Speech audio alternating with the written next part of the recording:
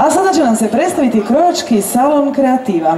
Kreativa je krojački obrt iz Buja vlasnice Marije Napravnik, koja na ovom području ima bogato 20-godišnje iskustvo. Obrt Kreativa obavlja sve vrste krojačkih usluga, od najmanjih popravaka do izrade najzahtjevnijih haljina. Samo kreativnost vlasnice će se najbolje istaknuti na kreacijama koje ćemo večeras vidjeti i koje ćemo zasigurno će vas zadiviti. Isto tako njezine prekrasne kreacije krasit će modni nakit Iva iz Rijeke. Il salone Kreativa si trova a Buje e vanta di un'esperienza lavorativa di ben 20 anni. La signora Marija Napravnik esprime la propria creatività attraverso la bellezza e la particolarità degli abiti che presenta proprio a voi questa sera. Anche qui i gioielli sono firmati Iva Rosanda. Nešto kreativno, nešto lijepo. Kreativa. Možete zapljeskati. Hvala.